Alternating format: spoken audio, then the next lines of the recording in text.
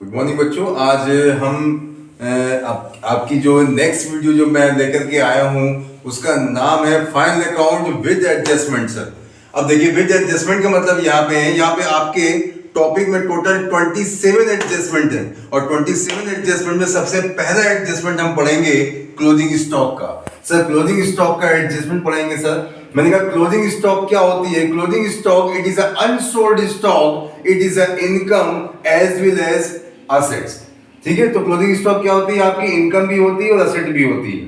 ठीक है, अब आपने अभी तक जो विदाउट एडजस्टमेंट में जो क्वेश्चंस किए थे वो ट्रायल बैलेंस के बाहर एक एडजस्टमेंट दे रखा था कि क्लोजिंग स्टॉक की वैल्यू इतनी प्राइस है। तो आप क्या करते थे कि सर वो ट्रेडिंग अकाउंट के क्रेडिट साइड में शो कर देते थे बाई क्लोजिंग स्टॉक करके, और बैलेंस शीट के असेट साइड में आप शो कर देते थे क्लोजिंग स्टॉक के नाम से। ठीक है सर, ये एडजस्टमेंट आपने अब तक सीखी थी।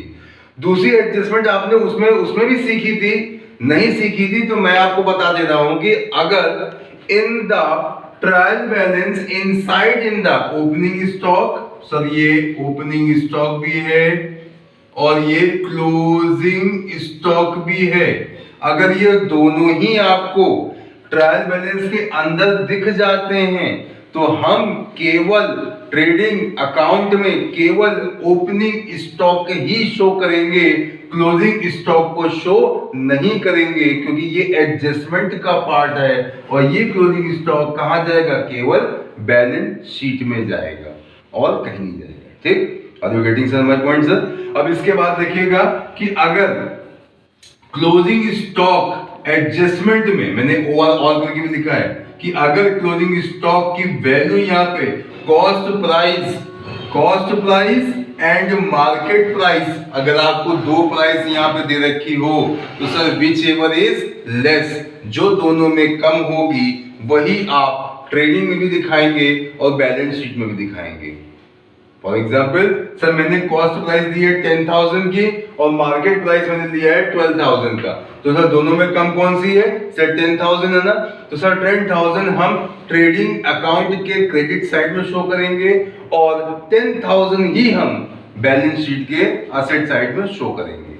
ठीक, इसके बाद अगर क्लोजिंग स्टॉक की वैल्यू आपको अगर ट्रायल्स के अंदर दिख जाती है तो उसका ट्रीटमेंट केवल बैलेंस शीट में करिएगा और कहीं नहीं आएगी। पक्की बात? ठीक, अब इसके बाद दूसरा एडजस्टमेंट हमारा है जिसका नाम है आउटस्टैंडिंग एक्सपेंसेस, यानी कि sir expenses due but not paid, यानी expenses due but not paid, यानी सर अभी तक मुझे इस एक्सपेंसेस पर पैसा देना बाकी है सर। अब ये जो आउटस्टैंडिंग एक्सपेंसेस लिखा है तो सर एक्सपेंसेस का मतलब ये है कि concern expenses. Sir which concern expenses? Sir जो एक्सपेंसेस आपके डायरेक्ट भी हैं और इनडायरेक्ट भी हैं एक्सपेंसेस। ठीक सर, डायरेक्ट मतलब जो सर ट्रेडिंग अकाउंट में आते हैं और इनडायरेक्ट जो प्रॉफिट एंड लॉस अकाउंट में आते हैं, उनमें क्या होती है सर? कोई आउटस्टैंडिंग अगर हो जाती है, फॉर एग्जाम्पल ये सर देखिएगा कहां मिलेगा, ये मिलेगा आपको, मैं यहां बता दे रहा हूं। ठीक है, देखिएगा इसको कि पहला एडजस्टमेंट यहाँ पे आपको ये ट्रेडिंग अकाउंट है, इसके अंदर आपको दिखा है सैलरी लिखी है और ये लिखा है वेजेस लिखा है। सैलरी मान लीजिए 1,000 की लिखी है और सैलरी 1,000 की, वेजेस आपके 2,000 की, और एडजस्टमेंट में कहता है कि आउटस्टैंडिंग वेजेस ₹200 एंड सैलरी ₹100। ठीक है, तो सर इस तरीके के जो एडजस्टमेंट है हम जानते हैं कि सर जब हम क्या बना रहे थे सर, ट्रेडिंग अकाउंट जब बनाएंगे सर ट्रेडिंग के डेबिट साइड में 2 वेजेस आते हैं। वेजेस कितने के हैं सर? 2,000 के हैं। इसमें कितने की आउटस्टैंडिंग है? आउटस्टैंडिंग ऐड कर दीजिएगा 200 तो 2,200 आ जाएगा। इसके बाद आपने कहा सर सैलरी कहाँ आती है? सर पीएल में आती है। मैंने कहा 2 सैलरी आपने दिखा दी 1,000 की और इसमें आपने आउटस्टैंडिंग सैलरी के नाम से 100 रुपीज जोड़ दिया तो 1,100 रुपीज आ गई। ठीक है, तो इस तरीके से आउटस्टैंडिंग का एडजस्टमेंट ऐसे होगा। और सर बाद में जब आप बैलेंस शीट बनाएंगे तो लायबिलिटी साइड में आप लिखेंगे आउटस्टैंडिंग वेजेस कितना, केवल एडजस्टमेंट का पैसा 200, और आउटस्टैंडिंग सैलरी कितनी भैया 100, केवल एडजस्टमेंट का पैसा ही दिखाएंगे, इसके अलावा और कुछ भी नहीं दिखाएंगे। ठीक, अभी वेटिंग हो गया। सर अगर मान लीजिए यही चीज अगर आपको आउटस्टैंडिंग सैलरी के नाम से अगर 20 रुपए अगर आपको ट्रायल बैलेंस के अंदर दिख जाते हैं तो उसका ट्रीटमेंट केवल बैलेंस शीट में होगा, केवल बैलेंस शीट में होगा और कहीं नहीं होगा।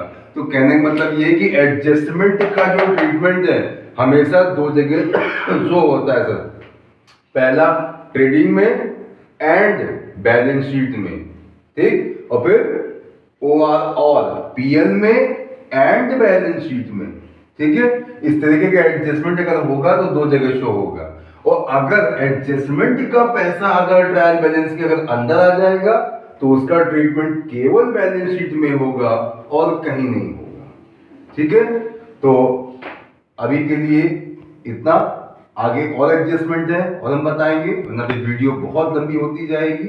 ठीक है, नेक्स्ट वीडियो हम आपको प्रीपेड एक्सपेंसेस बताएंगे, अक्रूड बताएंगे, अनअक्रूड बताएंगे, डेप्रिसिएशन बताएंगे, और फिर एक वीडियो हमारी जो अलग से मैं बनाऊंगा जिसका नाम है प्रोविजन फॉर बैड डेट्स, जो ये पूरा वीडियो मैं आपको बताऊंगा, पूरा समझाऊंगा, पूरा प्रोविजन में समझाऊंगा कि कैसे कैसे ये बनाया जाता है प्रोविजन, कैसे ट्रेडिंग में, कैसे पीएल में दिखाया जाता है, फिर बैलेंस शीट में दिखाया जाएगा, वो सारा प्रोविजन मैं आपको बताऊंगा।